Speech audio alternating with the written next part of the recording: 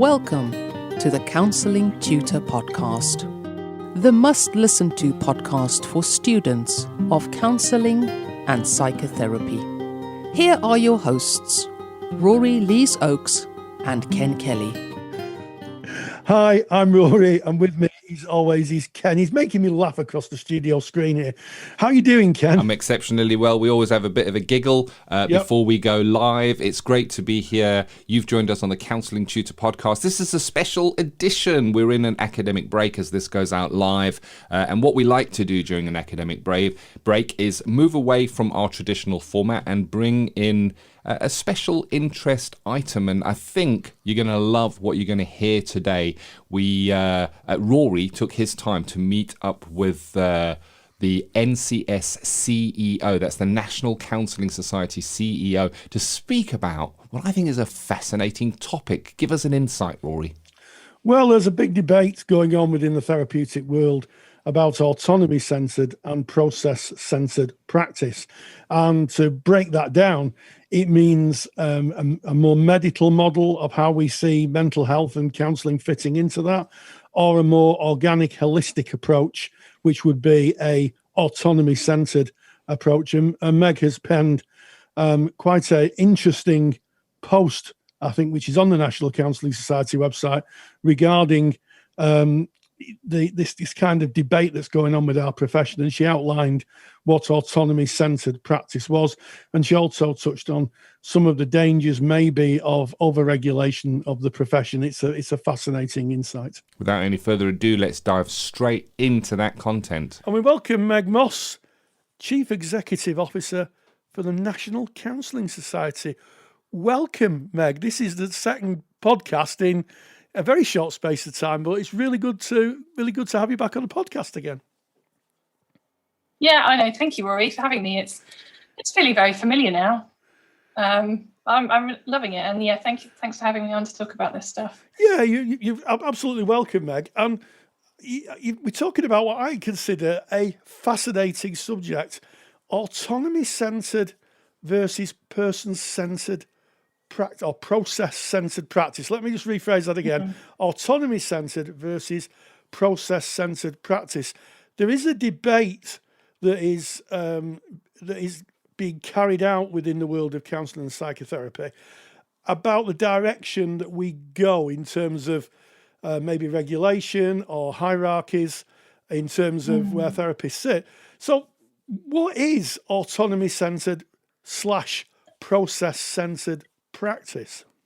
Yeah, so this was a set of terms that we kind of came up with when we were doing our consultation response to the PSA strategic review. And if you haven't heard about it, the public consultation, maybe not public consultation, but the accredited registers consultation, the profession consultation, is over now. I think that closed on the 18th of February. But there's some really interesting stuff out there about it. So if you haven't heard about it, I'd have a look. But basically, we looked at, we kind of tried to take a step back and look at what's happening in the profession. And we came up with these two ideas about what is happening. So on the one hand, you've got autonomy-centred practice. So that's, so it's an approach which is kind of focused on things like a subjective approach, see the client as a whole person, looks at the client relationship, autonomy, not just for the client, but for the counsellor as well.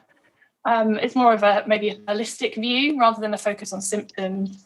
There's a lot of creativity in there. Obviously, when you're autonomous, you're given the opportunity to be creative. Individualistic approach to evidence. So what works for him may not work for someone else. So it's not measurable in a way that would be amenable to government. What else have we got in there? Kind of flexible. We're not talking about cure or a diagnosis. It's about like a space for well-being, rather than looking at a specific thing that you're trying to stop happening.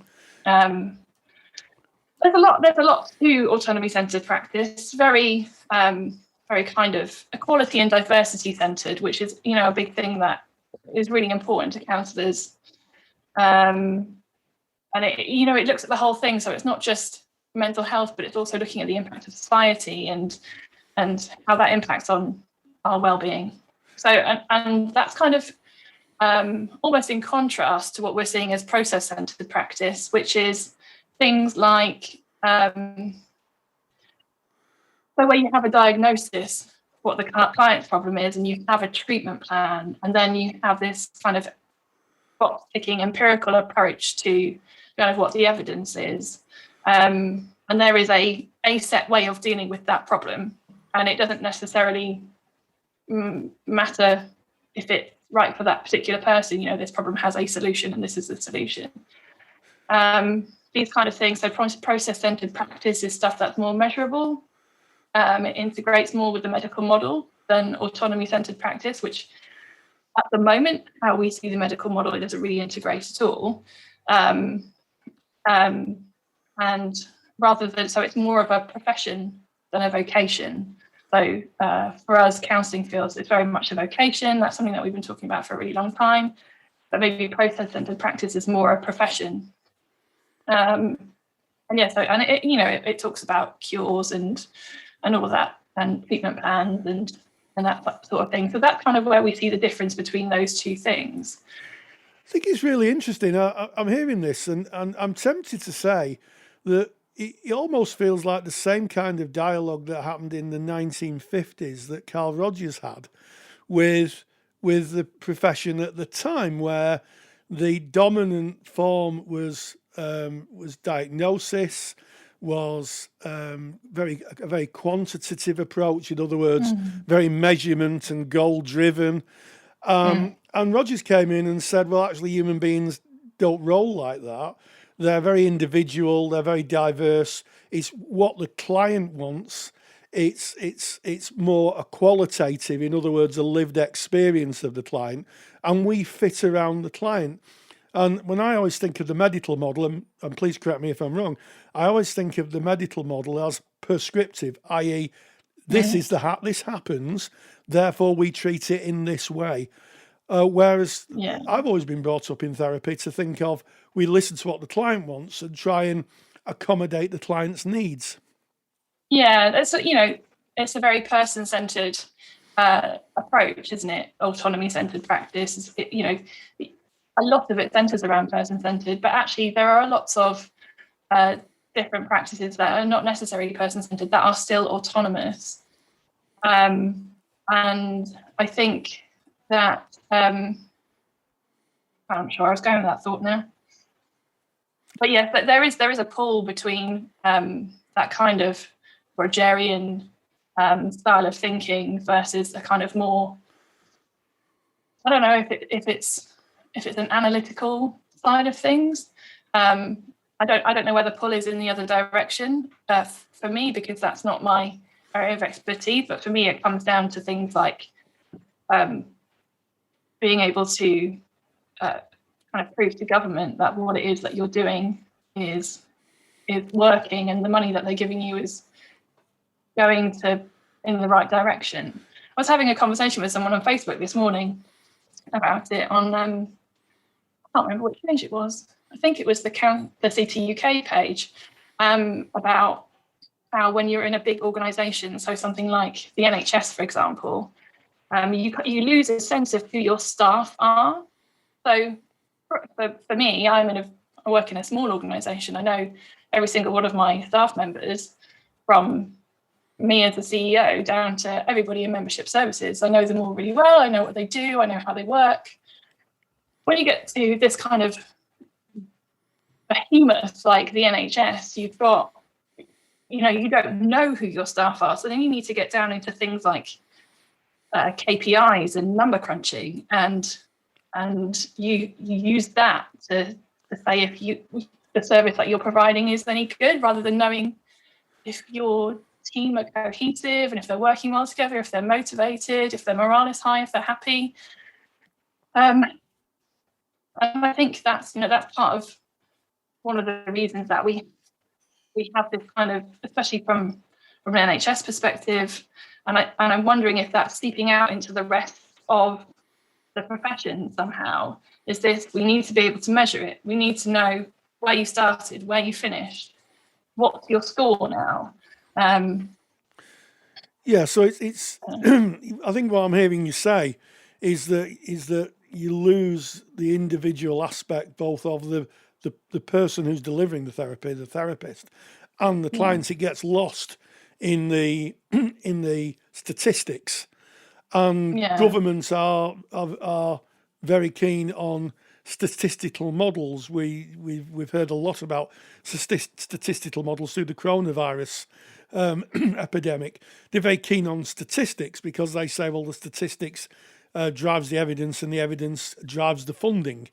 And counselling is never really, I don't think, fitted in to a medical model because it's about diagnosing. It's about helping the client make sense of their lived experience, and it is a contrary to a medical way of working. A medic would say, what's wrong with you? They make a diagnosis and they prescribe.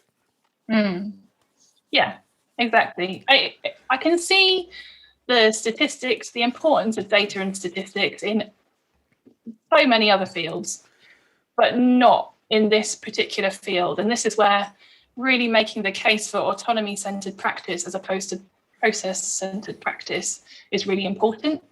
Because I think by doing that, you see how much of a benefit you get from highlighting that autonomous nature of that practice, and how much of a difference that makes to both the practitioner and then subsequently to the client.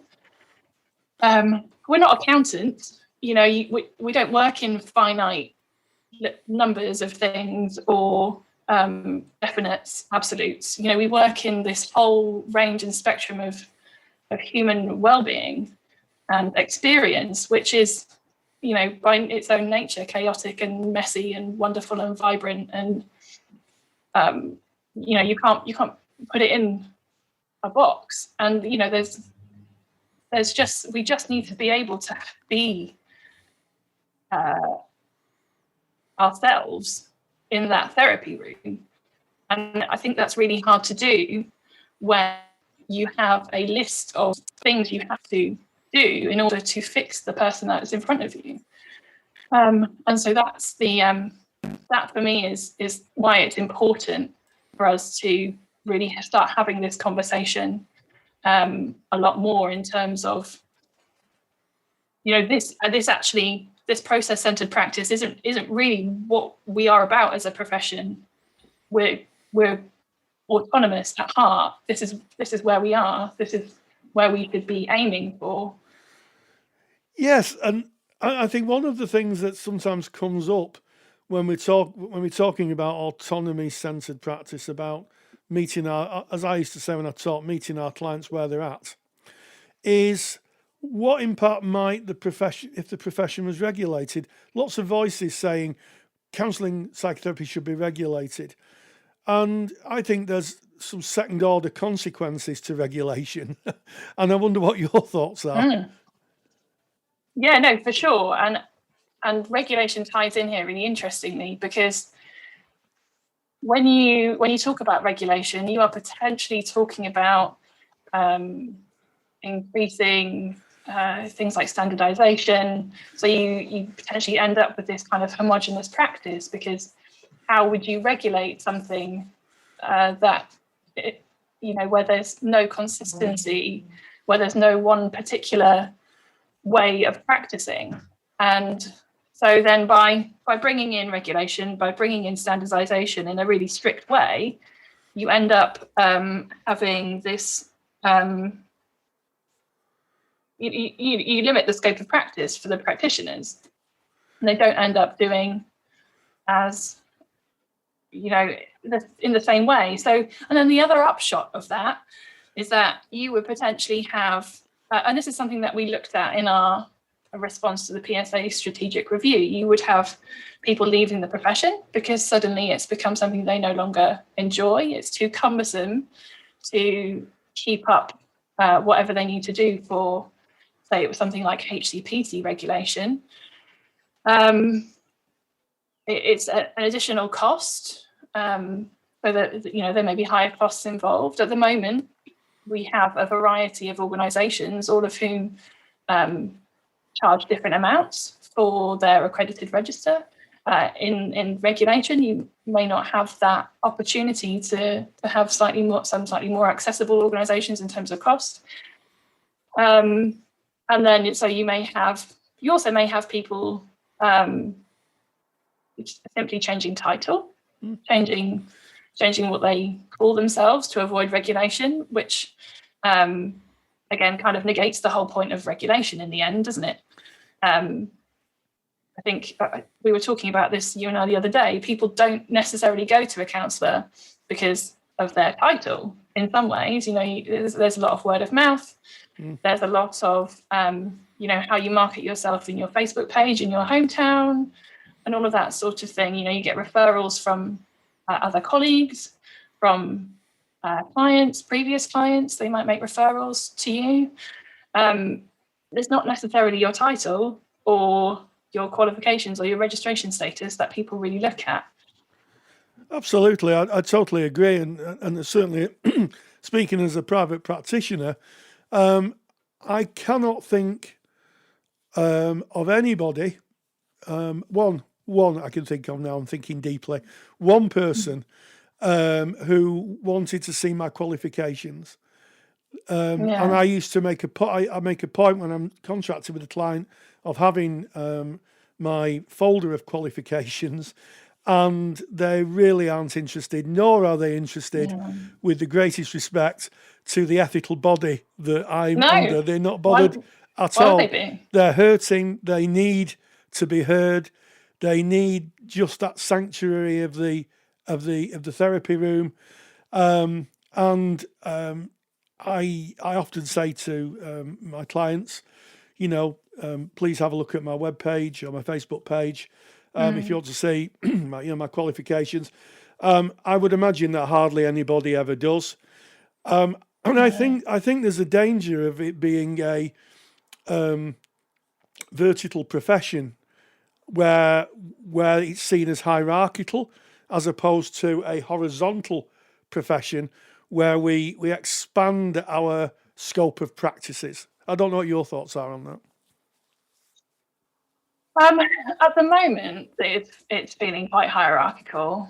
Yeah, I don't know. So for me, what I personally see a lot of in practice is, as in the people actually doing the work in the profession, is a lot of adding things to your toolkit. We see a lot of people doing a huge variety of CPD and gaining their knowledge, doing things like researching and writing articles to make themselves more knowledgeable on a particular subject. See a lot of people very passionate about learning more and growing in that way. And a lot of our members have been in the profession for a really long time. We've got people who've been in the profession for 10, 15, 20 years, and that longevity is important as well. And I think, we are seeing a push towards hierarchy. I think, especially in terms of this, the counsellor versus psychotherapist debate, which for the NCS, obviously, we land on, counselling is psychotherapy. There's no real difference from our perspective. So there is that, and it's disheartening, because I don't feel like it's a profession that particularly should have a hierarchy in it. So I guess the question I want to ask is, does that mean the NCS is anti-regulation? Are you opposed as an organisation to regulation? So we're happy to support a system of regulation. So as in something that increases public assurance or encourages public assurance, but we're really, really wary of basically over-regulating. So to the point where people would leave the profession, like I said. So the upshot of that then being that services like the NHS, for example, have to take that additional strain somehow because there are fewer people working to support the well-being of society. Or they would practice outside of the realm of counselling and psychotherapy, which is something that we talked about in our PSA consultation review.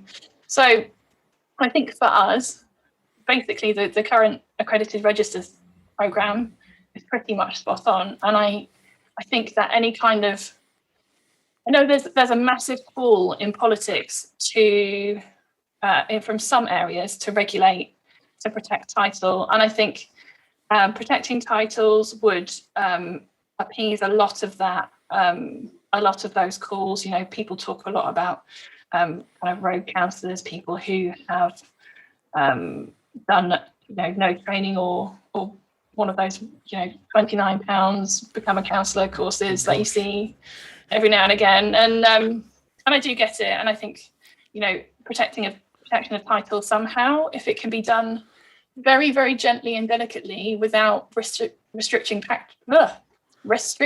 practice, because you have this amazing diversity in counselling in terms of how every individual practices, and it would be gutting to lose that through over-regulating. So personally, and on behalf of the NCS as well, our position is that anything really much more, I think we've hit the sweet spot in terms of regulation with the accredited registers programme. Yes, and just to clarify, I've heard you talk about the PSA and the HCPC. Maybe just outline what those are, because I think those could be confusing terms. So the PSA, help us with that. What are they first of all, and what are the differences? So the Professional Standards Authority were set up by the Department of Health in 2012. No, they weren't set up in 2012. The Accredited Registers Programme was set up by them in 2012. The PSA are a part of the Department of Health, and they oversee regulators. So they oversee things like the General Medical Council, for example, and they also oversee the Accredited Registers Programme. So us, the BACP, UKCP, and then other professions, so sports rehabilitation, things like cosmetic surgery type things.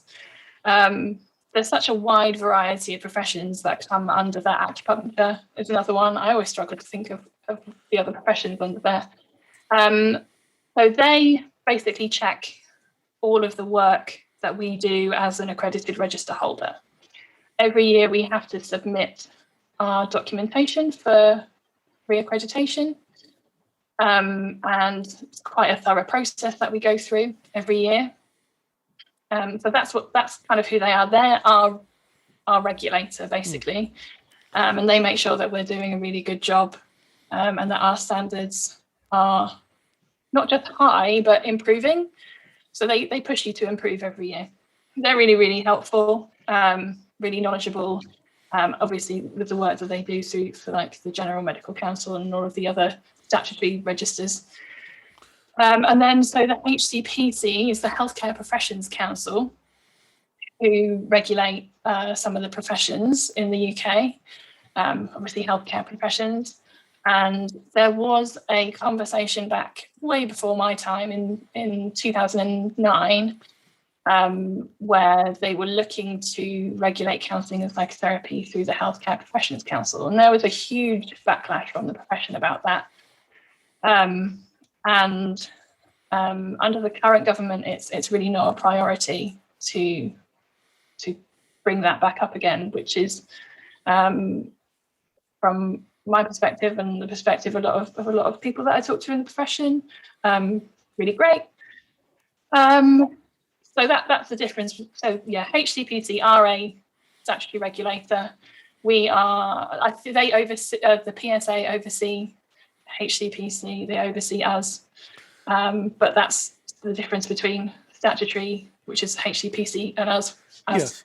So optional. a good way of summing that up, I think, would be that anybody with a protected title would usually be under the HCPC, and those of us who haven't got protected titles would be under the Like accredited registers accredited registers program. Yeah. and just so our listeners can get a sense of that, the Professional Standards Authority work with ethical bodies like the NCS, and what happens is practitioners who are qualified and fit the criteria get a PIN number. I've got a PIN number, and I renew that PIN number every year through my professional body, and that is the voluntary aspect of the register. So I'm actually on the register, and if a complaint's made against me, presumably if it's upheld, I could be struck off, which means technically I wouldn't be able to join a ethical body.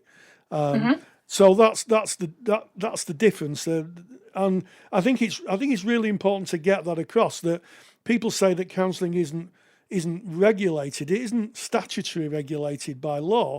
But there is a robust regulation in there and an accountability. There's a voluntary regulation system, which I think works really well. And the opportunity to make that statutory, but also underpinned by the diversity of the programme as it is. So by the accredited registers program, so the opportunity to make that program compulsory rather than voluntary, especially for the profession of counselling and psychotherapy, would be potentially that kind of ideal balance there that kind of meets everyone's requirements. And people who really, really don't want statutory regulation because it would potentially totally diminish their practice, versus the people who really, really do want some kind of safety in terms of statutory regulation in place because it protects their title, which therefore arguably protects members of the public from people who would potentially do some kind of harm through that. It's not a perfect system, because we still see, even in statutory regulated environments, there are still issues, there is still harm, but it does just mean that people can't practice unless they've done the right kind of qualifications. So it's kind of a harm reduction thing. Yeah, absolutely. Now, one of the things that I really want to ask is, how do you come to these conclusions? I presume that the NCS hasn't just kind of sat around and thought this would be a good idea. Everything you do seems to be based in some form of research. So what is the research base that you've used to kind of come up with with the NCS's ideas here? Yeah, so as an organisation, we obviously we're quite member-led. That is the heart of what we do, very member-led in all things. So over the years, we've done a lot of communicating with our members, researching with our members, asking them, what should we do about this? If this happens, what would you like us to do? And a lot of it's come off the back of that. So in writing this response, the response that we wrote to the PSA as part of their strategic review, looking at how they might change regulation for the accredited registers, we looked back at all of the research that we've done over the years. We've considered a lot of the arguments and debates around things like the HCPC regulation, things that other people have published on the matter, things that have kind of prevalent debates in the profession over the past kind of couple of decades. And yeah, I think most of it's from members. We did another big piece of research for this Professional Standards Authority review, and asked our members what they would do in certain circumstances. We've kind of based our thoughts on that. And a lot of it is just to make sure that, if we are limiting people's scope of practice, then you have to know that there'll be a massive knock-on effect for the whole profession and for society as a whole. If you see people leaving the profession because they no longer wish to comply with, increasingly strict regulation, then because it's not easy being a counsellor, it's a really tough job and not massively well paid. And I imagine if you push people to it, they would get to a point where they think, actually, on balance, I'm going to go and do something else. Yes. So I think it's really important for people to know that if you restrict practice too much, if you take that autonomy away, the thing that people really love about their profession is just going to go, and you're going to lose. You'll lose people.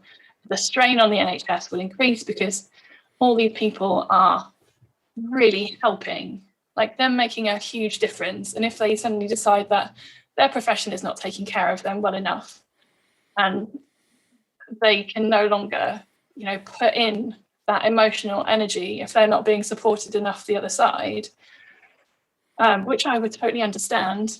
It's just going to be a huge knock-on effect, and we'll see an even bigger mental health crisis than the one that we've got at the moment. There isn't, many would say there isn't enough counsellors or access to counselling as it is, and a reduction in either those colleagues leaving the profession because they didn't want the burden of added regulation, and those colleagues who are yet, I say to use the word colleagues, those students who are thinking about training may very well decide it's not a profession they want to enter.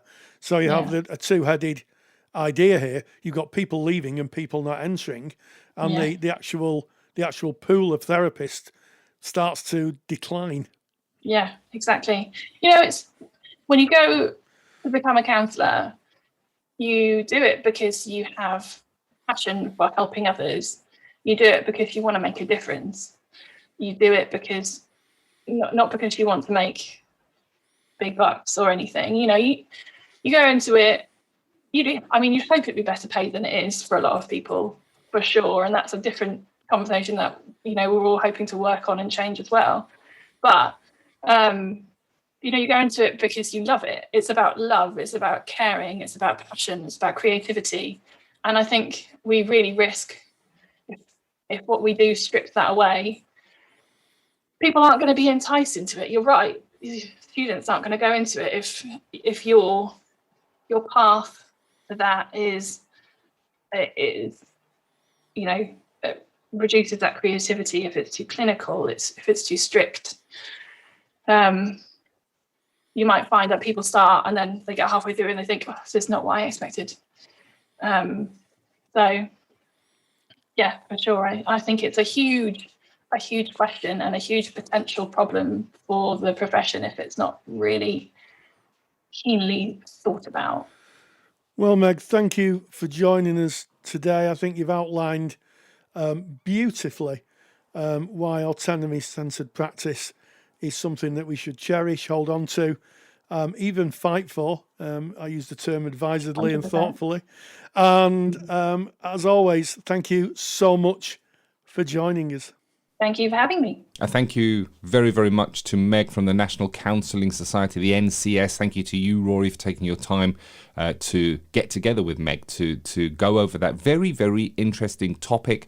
And of course, if you want to get more information, all you need to do is go to counsellingtutor.com, click on our podcast tab and look for a recent podcast, NCS Special Edition, all of the links to more information on this and to the NCS website can be found within that page there. Yes, and again, we thank Meg. And as always, stay grounded, stay safe, and hey, join the digital counselling revolution. If you're a qualified counsellor or psychotherapist, then why not check out the Counsellor CPD Library?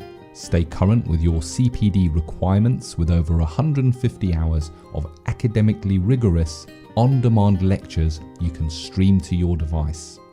Joining Counsellor CPD will expand your skill set to create a more specialised, highly rewarding practice. For more information on the Counsellor CPD library, visit counsellingtutor.com. Thank you for listening to the Counselling Tutor podcast.